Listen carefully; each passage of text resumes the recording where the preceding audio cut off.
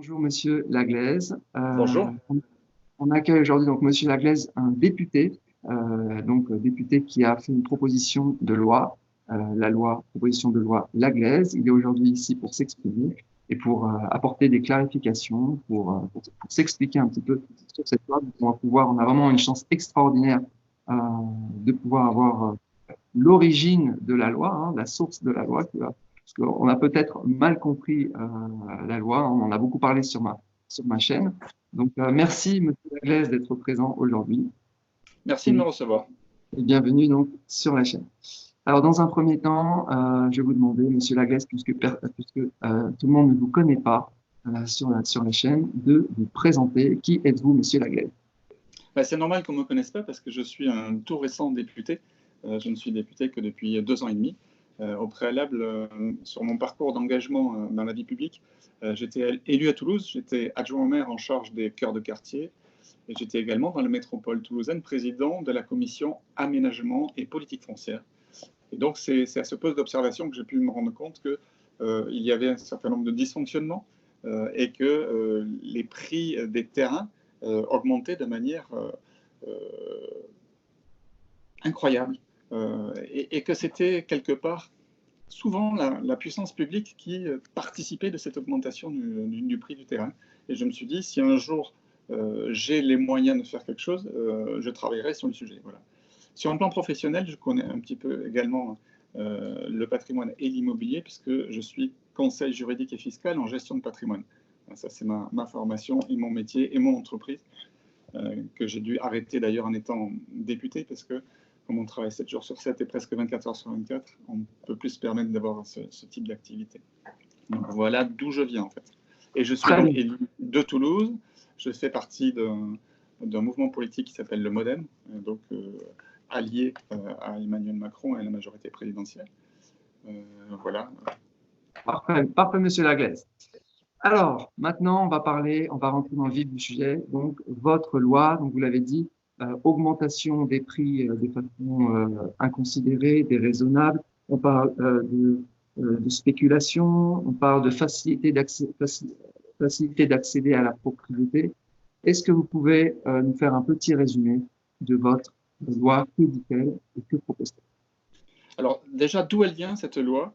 Elle vient de 2018, au moment de la loi Elan qui a été proposée par Julien de Normandie. La loi Elan avait pour objectif de diminuer les coûts de la construction. J'étais orateur de mon groupe politique à ce moment-là et j'ai dit au ministre, on va voter cette loi, seulement vous ne faites que la moitié du chemin. Vous travaillez sur le coût de la construction pour essayer de réduire le prix des logements de manière à les rendre plus accessibles. Par contre, j'ai bien peur que toutes les économies que vous allez faire dans le coût de la construction, ces économies soient captées par le propriétaire du foncier et qu'au global, l'acheteur du logement, que ce soit pour y habiter ou pour investir, il ne verra pas de différence. Les prix vont continuer à augmenter. Et c'est ce qui s'est passé. Les prix ont continué à augmenter, même avec la loi Elan. Et donc, le ministre est allé convaincre le Premier ministre et ils m'ont confié, en début d'année dernière, une mission. Justement, le Premier ministre m'a demandé de lui faire des propositions pour maîtriser le prix du foncier de manière à ce que, même si on n'arrivera pas à le faire baisser, et ce n'est pas obligatoirement l'objectif, faire en sorte que son augmentation effrénée soit plus modérée. Voilà, c'était ça. Et donc j'ai remis une proposition, mon rapport de mission qui comporte 50 propositions en fin d'année dernière au Premier ministre. Ce rapport d'ailleurs public, il est téléchargeable sur mon site jeanluclaglaise.fr. Et donc vous verrez dedans, il y a des propositions de nature fiscale, notamment qui intéressent beaucoup les investisseurs. J'ai, en tant que conseiller en gestion de patrimoine, beaucoup souffert de la complexité de la fiscalité française, de l'impermanence de cette fiscalité. Et donc, en ayant beaucoup souffert moi-même, j'ai essayé de faire une proposition, en tout cas qui soit simplificatrice et qui ne pénalise pas justement les investisseurs. Vous me disiez tout à l'heure en aparté, avant qu'on commence, que les investisseurs avaient l'impression d'être mal aimés en France. Ça fait longtemps qu'ils sont mal aimés en France. Et donc, vous regarderez dans mon rapport, je fais des propositions du genre exclure l'investissement dans le locatif de la base de l'IFI, par exemple. Parce que je considère que c'est un investissement productif et donc ça n'a rien à faire à l'IFI. Voilà, c'est une proposition comme ça. Je suggère également de faire converger les deux régimes de taxation des profits réalisés avec la location d'appartements et de faire en sorte, par exemple, que quand on loue un appartement vide, ça soit tout aussi intéressant que de le louer meublé. Or, aujourd'hui, ce sont deux types de taxation différentes et on a vraiment l'impression que la personne qui investit dans du vide, eh ben, enfin du vide, dans de l'immobilier nu, elle est mal aimée, en tout cas, elle est beaucoup plus taxée. Enfin, voilà, il y a un certain nombre de choses comme ça. D'ailleurs, que je suis en train de travailler avec les services fiscaux du Premier ministre, parce que ce type de modification législative ne peut venir que du gouvernement. Ce n'est pas un député qui peut le faire dans une proposition de loi. Donc, c'est pour ça que dans ma proposition de loi, il n'y a rien de fiscal, parce que c'est dans la Constitution française, tout ce qui est fiscal doit venir du gouvernement. Alors, très bien. Donc ça, c'est à l'origine, c'est pour le rapport. Et pour la loi, mon groupe politique a décidé de prendre 6 propositions qui sont parmi les 50 et d'en faire une proposition de loi qui a été examinée en novembre à l'Assemblée et effectivement votée à l'unanimité des groupes politiques. Et dans ces 6, il y a un article numéro 2 qui concerne la dissociation du foncier du bâti. C'est celui qui fait couler beaucoup d'encre parce que c'est celui qui a été certainement pas suffisamment expliqué et qui génère beaucoup de peurs, souvent irrationnelles. Voilà, alors on est là pour ça. On avait d'ailleurs, vous mentionné que les locations pourraient sortir de l'impôt sur la fortune immobilière qui deviendrait l'impôt sur la fortune improductive. C'est mon avis. On en a parlé sur la chaîne. On est très content, en tant qu'investisseur, on est très content de cette mesure. On va revenir en fait sur justement cette dissociation, donc la loi Laglaise, article 2, dissociation du foncier et du bâti. Donc, en quoi, en fait, comment ça va se mettre en musique, cette dissociation du foncier et du bâti? Comment est-ce que vous attendez à, je sais pas, comment ça va se mettre en musique exactement? Il va y avoir 2 propriétaires, un propriétaire, un locataire. Comment ça fonctionne? D'abord, il faut savoir d'où ça vient. Ça vient du fait que dans le prix d'un appartement, dans les zones tendues aujourd'hui, le poids du foncier correspond entre 30 et 50% du prix de l'appartement. 58% d'ailleurs en première couronne parisienne. Donc le poids du foncier est totalement énorme par rapport dans le prix de l'appartement. Et comme les prix sont extrêmement élevés, globalement, il n'y a plus que les gens très riches qui peuvent se loger dans les zones tendues, ou au contraire les gens très pauvres qui, eux, parmi certaines de ces populations, peuvent bénéficier de logements sociaux en locatif. Mais toute la France moyenne, en fait, elle est reléguée à 10 km, 15 km, 20 km des zones tendues. Et donc, il faut trouver un certain nombre de moyens pour les faire revenir. La loi Allure, en 2014, a déjà instauré la dissociation du foncier et du bâti en permettant aux organismes HLM d'acheter des terrains de temps en temps, d'y édifier des immeubles et de vendre les appartements de ces immeubles en accession sociale à la propriété à des personnes sous condition de ressources. Et donc, ça permet d'offrir des appartements 30 à 40% moins chers. Ces appartements seraient sortis d'un bail avec le propriétaire du foncier, qui est un organisme foncier solidaire, un OFS, et ce bail est de 1 à 2 euros par mois et par mètre carré. Voilà le système qui existe. Et il y a 19 OFS en France aujourd'hui. Et le premier qui va livrer ces appartements, c'est celui de Lille, qui va les livrer dans quelques semaines. Voilà. Pour moi, c'est un système qui est intéressant, qui permet de faire revenir une certaine partie de la classe moyenne en accession à la propriété dans les zones tendues. Mais pour moi, ce n'est pas suffisant. Il y a 2 problématiques. La première problématique, c'est que c'est les conditions de ressources.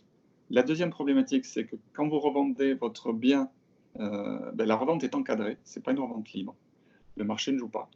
La troisième chose, c'est que si vous décédez, vos héritiers peuvent bénéficier de ce logement uniquement s'ils ont les mêmes conditions de ressources et s'ils en font la résidence principale.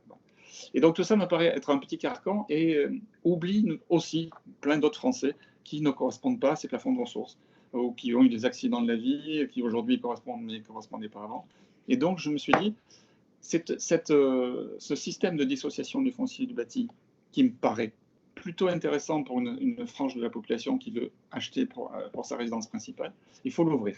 Et donc, j'ai proposé, c'est l'article 2, de faire des organismes fonciers libres qui vont pouvoir mettre en place ce système, c'est-à-dire, là, ça ne serait plus des bailleurs sociaux, mais ce seraient des communes qui achèteraient un certain nombre de terrains, un terrain ou deux terrains. Ils feraient des immeubles, mais pourraient vendre ces appartements à n'importe qui, sans condition de ressources. Voilà. Avec une vente libre et avec la possibilité d'hériter à tout moment. Voilà. C'est ça l'idée. L'idée, c'est pas, je n'invente pas un nouveau mode de propriété. J'étends un mode de propriété qui existe déjà à tous les Français. Oui. En tout cas, la possibilité. Alors ça, on avait bien compris ça. Alors j'avais une question par rapport à ça dans l'article 2. Justement, il est question d'étendre, mais pas seulement d'étendre à des mairies ou des collectivités, mais aussi, on a lu des sociétés foncières à capitaux publics ou privés. Et ce ou privé, est-ce que vous pourriez vous exprimer par rapport à ça? Le texte qui a été voté à l'Assemblée à l'unanimité le 28 novembre prévoit que les OFL, organismes fonciers libres, sont des sociétés à capitaux majoritairement publics, c'est-à-dire soit 100% publics, soit de toute façon majoritairement publics et à but non lucratif. Donc ça veut dire quoi? Ça veut dire que s'il y a des privés dedans, ben ça sera des privés comme dans les sociétés d'aménagement. Quand une commune fait une société d'aménagement pour faire une ZAC et autres, elle le fait avec une SEM. Et dans cette SEM, il y a souvent le Crédit Agricole régional. Il peut y avoir de la Fédération des promoteurs immobiliers locaux. Enfin, voilà. Il y a des gens qui peuvent amener de l'argent, quelque part en contrepartie de quoi ils sont aussi dans le cœur du réacteur. Et ils peuvent, ben, pour le Crédit Agricole, faire des propositions de crédit. Voilà. Alors si je prends un exemple, donc la mairie achète donc un terrain, donc achète la partie, ou peut acheter d'ailleurs la totalité, et ensuite elle va par exemple revendre uniquement la partie bâtie et conserver la partie terrain, la partie foncier, et elle va pouvoir donc revendre la partie bâtie à des accesseurs qui n'ont pas forcément suffisamment d'argent pour acheter la pleine propriété, donc ils seront uniquement propriétaires de la partie bâtie et ils devront verser sous forme de bail amphithéotique, c'est-à-dire un bail longue durée, ils devront verser aux propriétaires, donc à la mairie, propriétaire du foncier, devront verser une forme de redevance, une forme de loyer. Alors, une question par rapport à ce bail amphithéotique et à ce loyer, est-ce que le montant de ce loyer est encadré? Est-ce que qui le détermine? Est-ce qu'il peut évoluer dans le temps? Est-ce que c'est dans un marché libre? Comment ça fonctionne? Alors, le montant de cette redevance qui a été calculé, il y a les premiers chiffres qui ont été faits, c'est entre 1 et 2 euros par mètre carré et par mois. Le montant de cette redevance est fait pour que l'organisme foncier libre puisse lui-même acheter le terrain, en tout cas puisse rembourser les prêts du terrain. L'organisme a accès à des prêts de beaucoup plus longue durée. C'est des prêts de la Caisse des dépôts et consignations qui peuvent aller jusqu'à 80 ans. Donc des prêts que nous, particuliers, on ne pourra jamais obtenir. Donc il sert à ça. Et donc il y a un équilibre qui se fait entre le montant de la redevance et le montant de l'échéance de prêt. Alors, quand vous êtes dans une zone tendue de type Toulouse ou Bordeaux, eh ben, vous pouvez peut-être avoir une redevance qui est de l'ordre de 1 euro, 1,20 euro. En région parisienne, les terrains sont beaucoup plus chers, donc vous aurez peut-être du 1,80, 2 euros, peut-être 2,50 euros. Donc l'équilibre, il se fait là. Le montant est noté dans le bail. Et ce bail, vous parlez d'un bail amphithéotique, je veux dire oui presque, sauf qu'il faut inventer un bail amphithéotique rechargeable. Dans l'idée, vous avez un bail, il faut que le bail, pour qu'il y ait une vraie propriété qui ait un droit réel, il faut que le bail soit définitif. C'est-à-dire qu'on peut signer un bail entre 50 et 80 ans, c'est d'ailleurs ce qui est prévu de faire, mais à chaque mutation, par exemple, si vous vendez ou si ce sont vos héritiers qui héritent, il faut que le bail se recharge de la même durée. Voilà. Et il faut même que, si vous ne vendez pas, si vous ne décédez pas, ce qu'on peut vous souhaiter, à la fin du bail, il est automatiquement rechargé sur la même durée. Voilà. C'est cette automaticité qui n'existe pas aujourd'hui dans le droit français qu'on est en train de mettre en place. Alors, ok. Très bien. Alors, aujourd'hui, alors je change légèrement de sujet. Aujourd'hui, chaque propriétaire paye une taxe foncière, simplement parce qu'on est propriétaire du logement. Et on a vu que cette taxe foncière est en train d'être réévaluée complètement. Donc, les prix peuvent partir à la hausse. Qu'est-ce qui va empêcher dans les années à venir? C'est pas la taxe qui est réévaluée, ce sont ce qu'on appelle les bases. Oui, oui, oui. Les valeurs.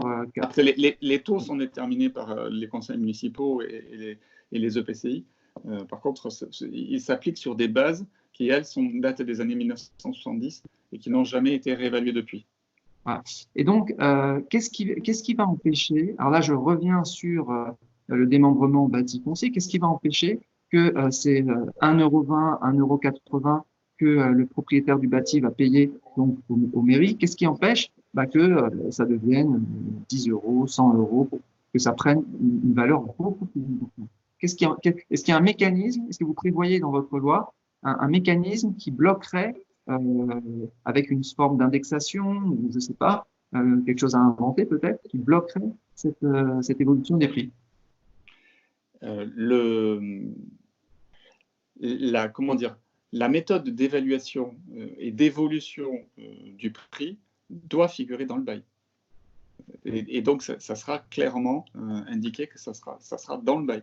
Est-ce que c'est un prix fixe pendant les 40 ans? Ce qui ne me paraît pas raisonnable, puisque, a priori, il y a toujours une inflation. Donc, est-ce que ça sera sur le montant de l'inflation? Est-ce que l'indice qui sera utilisé, ça sera l'indice du coût de la construction? Tout ça, ça doit être noté dans le bail. À défaut, le bail n'a pas de valeur. Donc, toute cette évolution du prix de la redevance, elle est dans le bail. Donc, et ça sera probablement autour de l'inflation. Donc, c'est ce qui se fait pour les OFS. Ensuite, en ce qui concerne la taxe foncière, qui la paye en droit français, c'est le propriétaire du foncier. Cependant, ne nous voilons pas la face. Si aujourd'hui vous êtes commerçant et que vous êtes locataire et juste titulaire d'un bail commercial, dans un bail commercial, le propriétaire des murs peut inclure le remboursement de la taxe foncière. Aujourd'hui, vous allez voir n'importe quel commerçant, vous lui dites bon, est-ce que dans ton bail, tu payes la TF ou pas?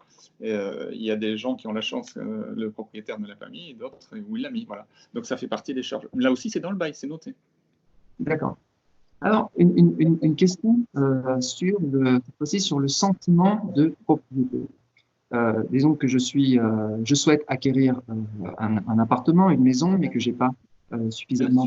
Parlons d'appartements parce que les maisons ne sont pas concernées. Alors, appartement, j'ai pas suffisamment. Cette histoire de démembrement bâti foncier m'intéresse parce que je vais quand même être propriétaire alors que sinon je ne pourrais pas l'être. Mais est-ce qu'il n'y a pas, entre guillemets, une forme de duperie puisque le propriétaire du bâti, si je deviens propriétaire du bâti, je reste locataire du foncier.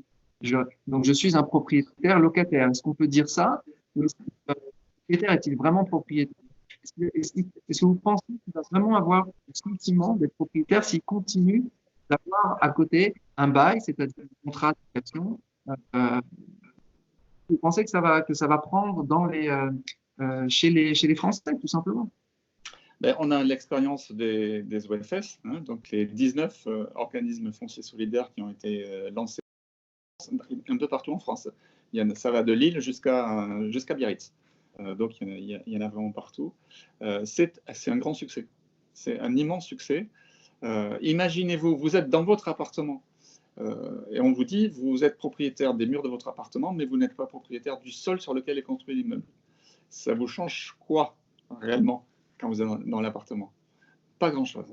La seule chose que ça va changer, c'est peut-être tous les ans en réunion de copropriétaires, vous allez avoir un copropriétaire de plus qui va être le propriétaire du foncier, et il y a un certain nombre de décisions qui lui appartiennent à lui, du genre faire des ravalements de façade, du genre surélever l'immeuble. Voilà. Ce sont des choses qui appartiennent au propriétaire du foncier. Mais après, dans la vie quotidienne, c'est exactement la même chose d'être propriétaire total ou d'être propriétaire que des murs. Il y a juste que vous aurez acquis quelque chose qui est 40% moins cher que dans l'immeuble d'à côté, qui se vend qu'un promoteur a monté de manière classique et où on vend la totalité de. Alors, ça, c'est un point où je m'étais pas rendu compte de ça, que vous mentionnez. C'est-à-dire que le propriétaire du foncier a une forme de pouvoir de décision, par exemple en réunion de copropriété, sur des ravalements de façade. Parce que pour moi, je pensais en fait que la façade faisait partie du bâti. En tant que propriétaire du bâti, je suis propriétaire de la façade. C'est moi qui décide et pas le propriétaire du foncier. Mais j'ai l'impression que je me trompe. Eh ben, c'est le propriétaire du foncier qui le paye aussi. D'accord. Il y a ça Ok. aussi. Dans les charges, vous n'avez plus que des charges liées à votre appartement et éventuellement au palier que vous partagez avec les personnes de l'étage. Mais après, il y a tout un tas de charges d'entretien qui font partie de. Ça va être l'OFL ou l'OFS qui va les payer. Alors, très bien. Une question, et j'ai peur, Monsieur Agles, que vous me disiez non, c'est pas possible, mais je vous la pose quand même parce que beaucoup de gens se la posent et moi aussi. Puisque votre loi, comme vous l'avez précisé, ça existe déjà, mais uniquement pour des logements sociaux, et que vous allez l'étendre en fait à tous les Français, pourquoi peut-on étendre aussi cette loi à des investisseurs particuliers, des investisseurs privés comme moi? Est-ce que je pourrais avoir la possibilité, moi, qui ai par exemple la pleine propriété de mes appartements, de dire, bah voilà, je revends uniquement la partie bâtie, je garde la partie terrain, la partie foncier, et je fais des baux emphytéotiques avec un loyer que je décide moi-même sur un marché libre. Est-ce que je suis en train de rêver ou est-ce que ce serait possible? Je vous écoute. Le système prévoit que l'OFL, donc vous voulez vous transformer en OFL, en fait. Voilà, mais très simplement, en tant que, voilà, je vais chez le notaire, je dis, bah voilà, je Mais ne revends pas petite OFL, mais OFL quand même. le bâti ou je revends juste le foncier.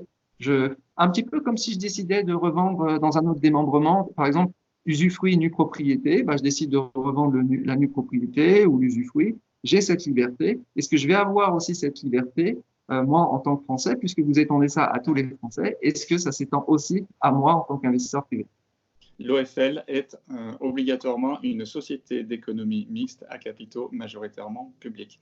Donc, sauf à ce que vous soyez vous-même quelqu'un d'une personne publique, et quoique non, parce que vous serez une personne privée, même en tant que personne publique. Non, c'est pas prévu du tout pour ça. C'est même prévu pour éviter qu'il y ait de la spéculation sur le foncier lui-même. C'est-à-dire que si on vous permet, à vous ou à moi, de garder un foncier et de vendre et de vendre juste le bâti, votre foncier, vous pouvez également le revendre et beaucoup plus cher. Et le but du jeu, c'est qu'il y ait une stabilité, justement, des propriétaires de fonciers, que ces fonciers ne se retrouvent pas sur le marché concurrentiel et qu'ils ne continuent pas à augmenter. Et donc, ces logements dans lesquels la propriété du foncier et du bâti sont dissociés, ce sont des logements pour de l'accession sociale, pour faire revenir en ville des Français moyens qui ne peuvent pas sinon habiter en ville d'une autre manière. Et il faut que ça soit stable, même si eux-mêmes revendent, il faut qu'ils revendent à des gens qui vont en faire leur, leur résidence principale. On ne peut pas non plus, et je vais peut-être devancer une question que vous allez me poser, acheter ce type d'appartement pour les mettre en location. C'est juste, c'est juste pas juste. Parce que en tant qu'investisseur, avec le même budget, je vais pouvoir acheter 2 appartements de ce genre, et donc je vais avoir des rendements exactement doubles. Mais l'objectif n'est pas celui-là. L'objectif, c'est vraiment de faire de la résidence principale pour les Français moyens. Intéressant. Alors, j'avais une question parce que j'ai vu un mot dans votre texte de loi, un mot qui a fait peur, il a fait peur à pas mal de gens aussi, c'est le mot préemption. Alors, préemption, donc je vais donner un Ça, cas. c'est l'article 6. Je crois que c'était l'article, ouais, c'est dans l'article. Vous allez me dire, C'est voilà, dans le même article ou dans un autre article? alors je ne sais plus, je ne me souviens plus, je pense que c'est dans un autre article de la loi où vous dites qu'il va y avoir je ne sais plus exactement les mots, je ne vais pas faire de bêtises, mais que il va y avoir une extension de la préemption, quelque chose comme ça. Le cas est très simple, en fait, la question qu'on se pose est très simple. Je suis aujourd'hui propriétaire d'un appartement en tant que personne privée, Paris par exemple. Je vends mon appartement que je possède. Est-ce que je peux avoir un organisme public qui fait une préemption, qui décide donc de préempter, ça existe déjà à Paris, ça existe déjà, hein, ce mécanisme existe déjà. qui décide de ne préempter une partie de mon appartement et qui décide, par exemple, de préempter le foncier. Voilà, moi, sur cet appartement, je préempte le foncier. Et puis, vous savez, des fois, avec donc le prix, ça peut être compliqué. On peut préempter avec un prix, on ne sait pas ce que c'est. Donc là, il y a beaucoup je ne sais pas si c'est des fantasmes, des peurs, des craintes. Vous allez me dire si ça, c'est possible, parce qu'il y a énormément de questions. La revente, est-ce que votre loi, votre proposition de loi peut intervenir dans le process de vente actuel d'un bien qui est possédé en pleine propriété? Pas du tout. Alors là, vraiment, là, c'est du fantasme pur. C'est totalement impossible. Pour plusieurs raisons. Alors, on va revenir à ce droit de préemption. Quand vous vendez n'importe quel composant immobilier, que ce soit un terrain ou une maison ou un appartement en France, la commune sur laquelle est implanté ce bien immobilier a la possibilité de préempter, de base.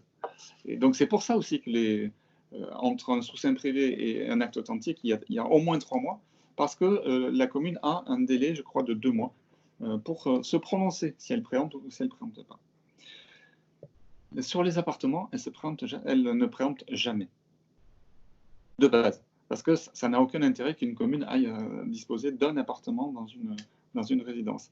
Il y a une préemption souvent dans les copropriétés dégradées, c'est-à-dire des copropriétés où souvent les appartements peuvent appartenir à des marchands de sommeil et donc des gens qui ne payent pas non plus les charges, et donc la copropriété se dégrade de plus en plus. Voilà. Et donc la commune, en réaction, peut dire, bon, là, on est en train de laisser vivre des gens dans la misère, il faut qu'on préempte. Alors, petit à petit, ils préemptent tous les appartements.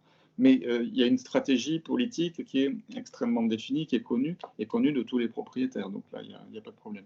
Mais vous êtes dans votre immeuble, vous vendez votre appart, la commune, elle va laisser passer le délai parce qu'il faut laisser passer le délai, mais elle ne préemptera pas. Alors, quitte à préempter uniquement la partie foncière, mais ça va lui servir à quoi? À rien. C'est juste pas possible. Non, la proposition de loi, elle est faite pour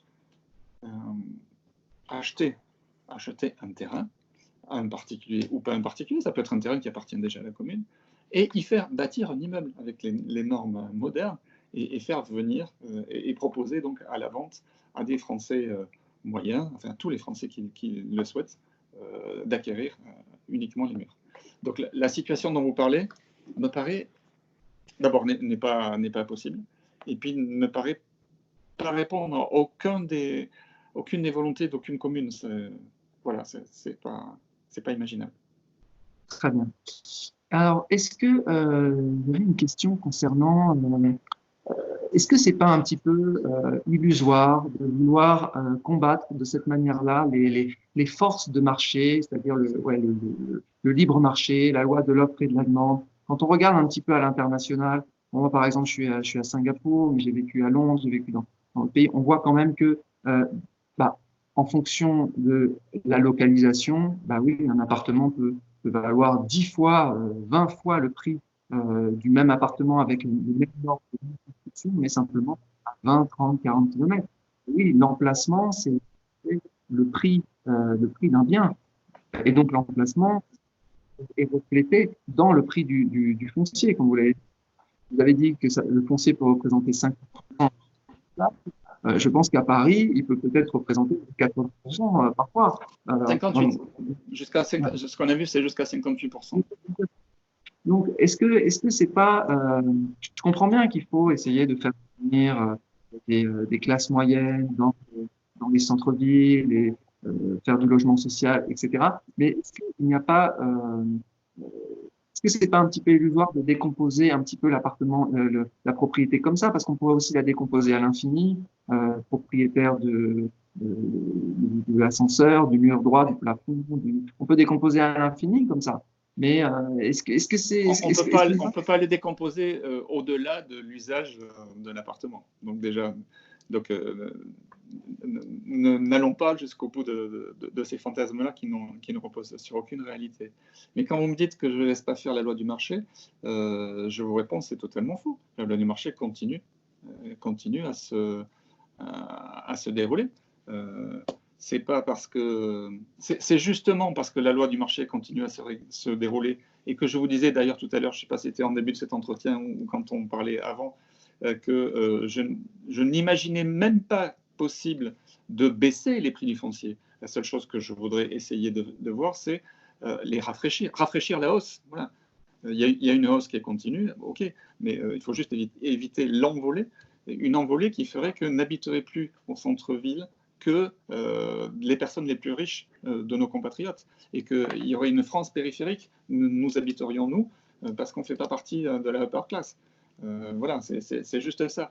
Et donc si, comme dans l'équation du prix d'un appartement, le foncier est devenu extrêmement cher, eh ben, voilà, l'idée c'est on enlève le coût de la construction que l'acheteur va payer, et le prix du foncier, on le met dans quelque chose qui est commun et qui est acheté par la commune. Voilà, tout simplement, c'est ça l'idée. Mais le prix du marché va continuer à se faire. Le prix de votre appartement, si tout autour, vous le revendez dans 5 ans, tout autour, tout a augmenté de 10%, ben votre appartement, il va aussi augmenter de 10%. Il y aura toujours ce décalage de 30 à 40% par rapport à la propriété complète, mais il va lui aussi continuer à augmenter selon la loi du marché. On ne touche pas à la loi du marché. La seule chose qu'on dit, c'est le foncier, il reste, en tout cas le foncier de cet immeuble, pas le foncier en général, le foncier de cet immeuble, lui, il ne sera pas revendu. Donc lui, il ne participera pas à l'inflation. D'accord. J'avais lu ça, effectivement, que l'objectif, c'est que ces collectivités, ces mairies, ne revendent, une fois qu'elles ont acquis le foncier, qu'elles ne le revendent plus et qu'elles le sortent, en fait, du marché. Et donc, j'ai ma dernière question concernant j'ai l'impression que ça va faire apparaître deux segments de marché. Le marché du foncier, le marché du bâti. Et chaque marché, comment dire, il va y avoir différentes liquidités sur ce marché. Je prends un exemple. Je veux acheter juste la partie bâtie. Comment je vais pouvoir estimer le prix de uniquement la partie bâtie de mon appartement? Il faut qu'il y ait pas mal de transactions pour que ces marchés puissent vivre et qu'on puisse estimer au plus juste quel est le prix du foncier, de quel est le prix du bâti. C'est pas quelque chose qui est observable facilement aujourd'hui. Il faut qu'il y ait des acheteurs, des vendeurs, etc., pour que ça puisse apparaître et vraiment effectif, non? La question que vous posez, c'est uniquement pour les personnes qui ont acquis ce type d'appartement en Voilà, dissociation. ou qui veulent acquérir, ouais. Ça va être très simple. Si vous voulez revendre votre appartement, vous allez regarder quel est le prix du marché pour un appartement en pleine propriété. Hein, combien ça se vend cet appartement? Enfin, c'est ce que font tous les agents immobiliers. À partir de là, une fois que vous avez le prix en pleine propriété de cet appartement, vous allez regarder quelle est la décote dont vous avez bénéficié au moment où vous êtes rentré. Vous avez eu quoi? 30, 35, 40%? Eh bien, vous allez appliquer cette décote là-dessus. Puisque de toute façon, vous allez le vendre à quelqu'un qui va acheter cet appartement et le bail qui lui est associé. Donc, la personne qui va l'acheter, vous ne pouvez pas la gruger en lui vendant au prix de la pleine propriété parce qu'elle sait très bien qu'il y aura ce bail. Et donc, voilà, ça se calcule exactement comme ça.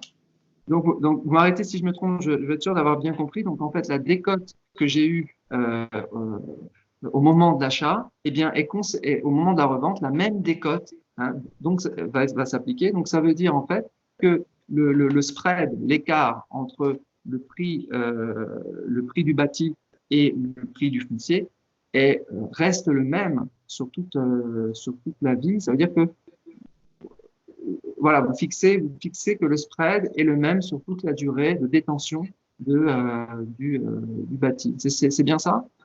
C'est ça l'idée, effectivement. C'est ça l'idée. Dans la réalité, peut-être que ça ne sera pas exactement le même. Il y aura des choses qui seront arrondies. Il y aura de la négo. Voilà. Peut-être que la commune n'aura pas beaucoup construit comme ça. Donc, il y aura peut-être très, très peu d'appartements de ce genre-là. Et donc, le spread va peut-être diminuer. Peut-être qu'il y en aura beaucoup, énormément. Et donc, le spread va peut-être un peu augmenter. Enfin, voilà. Donc, tout va dépendre de l'évolution et de la manière dont cet outil va être géré. Je ne peux pas D'accord. aujourd'hui vous dire dans 50 ans, le spread sera exactement le même. Non, parce qu'il y a une loi du marché qui va aussi travailler. Voilà, donc la loi du marché va s'opérer sur le spread. Et en tout cas, je ne veux pas, contrairement aux OFS, où la plus-value est totalement encadrée et on sait au moment où on achète exactement combien on va vendre, je ne souhaite pas qu'il y ait un carcan comme ça pour les OFL. Donc, je souhaite justement que la loi du marché puisse faire son office. Monsieur Laglaise, je n'ai plus de questions. D'abord, je vous remercie énormément parce que vous avez clarifié pas mal de choses, des choses que je croyais fausses, enfin vraies, et que vous avez clarifiées. Donc, merci beaucoup. Je pense que, en particulier, la question sur la revente, on avait peur d'être, en tant que propriétaire, d'être touché par la revente avec les préemptions, etc. Apparemment, on s'est planté. Donc, merci. Est-ce que vous avez un message à donner aux abonnés de la chaîne? Vous êtes libre de vous exprimer si vous le souhaitez.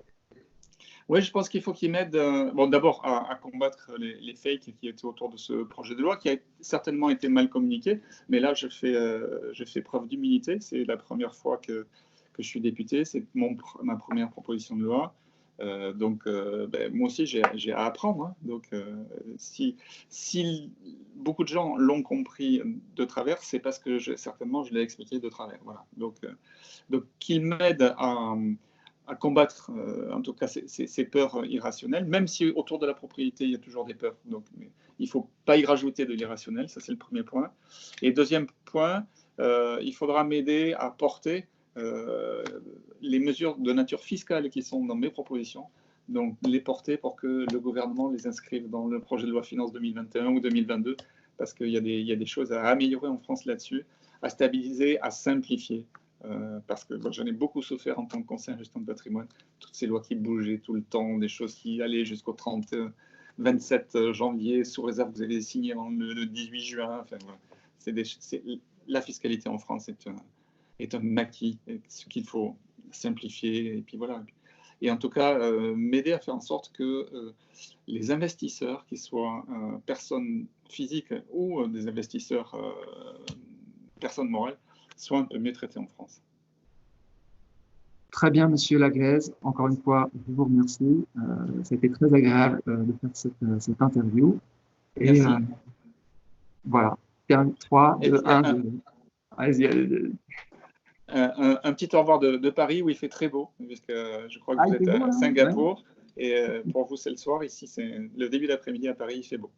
Alors, il fait beau, mais il fait peut-être froid, parce que ici, c'est l'été toute la nuit. Effectivement, je ne suis pas en t-shirt. Voilà. Ok, très bien, Monsieur Laglaise. Merci je vous remercie. Au revoir, Monsieur Laglaise.